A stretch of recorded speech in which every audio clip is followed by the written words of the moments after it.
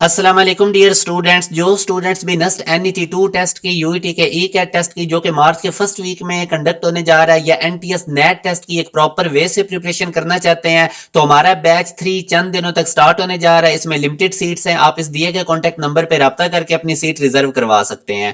WhatsApp channel हमारा जरूर follow करें। आने वाले टाइम में आप लोगों को इसी चैनल के थ्रू लेटेस्ट एजुकेशनल अपडेट्स मिलेंगी। इसी वीडियो के डिस्क्रिप्शन में आप लोगों को इसका लिंक मिल जाएगा, जिसके थ्रू आप लोग इसको फॉलो कर सकते हैं। जैसा कि मैंने सीरीज स्टार्ट की हुई है यूनिवर्सिटी के पास पेपर के एमसीक्यूज में आप लोगों से डिस्कस करता हूं।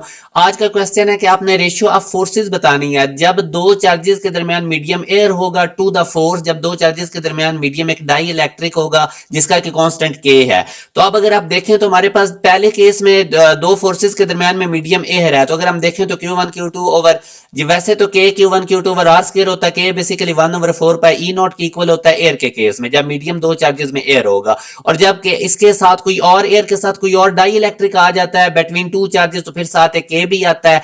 अब अगर आप इन दोनों की रेशियो लेंगे तो बाकी तो दोनों फोर्सेज एक जैसी हैं, मगर ये के बच जाएगा, तो हमारे पास के रेशियो 1 इसका आंसर आएगा, जो कि हमारे पास बीटा ऑप्शन में है। नेक्स्ट क्वेश्चन में वो कहता है कि दो इक्वल और अपोजिट चार्ज मेटल प्लेट्स हैं, उनकी densities plus sigma minus sigma है, these are separated by distance D, then the field outside these plates. तो याद रखें आउटसाइड दीज प्लेट्स जो है वो इलेक्ट्रिक फील्ड हमारे पास जीरो होगा, क्योंकि इलेक्ट्रिक फील्ड पॉजिटिव चार्जेस से जनरेट होती है, नेगेटिव पे एंड होती हैं, तो आउटसाइड द फील्ड जीरो होगा।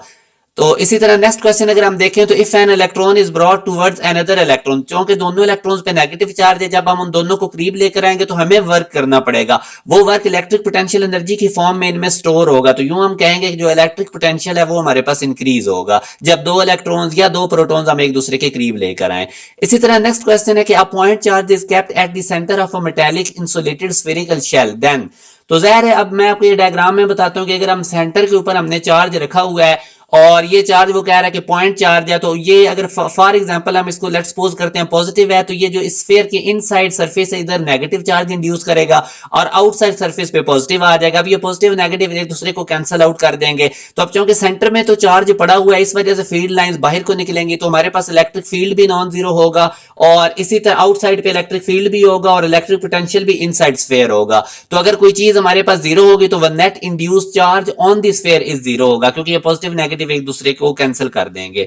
तो ये इंपॉर्टेंट टाइप के एमसीक्यूज इलेक्ट्रोस्टैटिक वाले चैप्टर में से मैंने आपसे डिस्कस किए हैं। हमारा बैच 3 चंद दिनों तक स्टार्ट होने जा रहा है। लिमिटेड सीट्स हैं। जो बच्चे भी नस्ट एनईटी 2 के लिए, ई कैट के लिए या एनटीएस नेट के लिए खुद को प्रिपेयर करना चाहते हैं तो हमारे बैच को जरूर ज्वाइन करें। आप लोगों को इसमें टॉपिक वाइज लेक्चर्स दिए जाएंगे, साथ साथ चैप्टर वाइज टेस्ट होंगे। जब आप लोगों का सिलेबस कंप्लीट हो जाएगा तो क्वार्टर बुक, हाफ बुक और फुल बुक के टेस्ट लिए जाएंगे।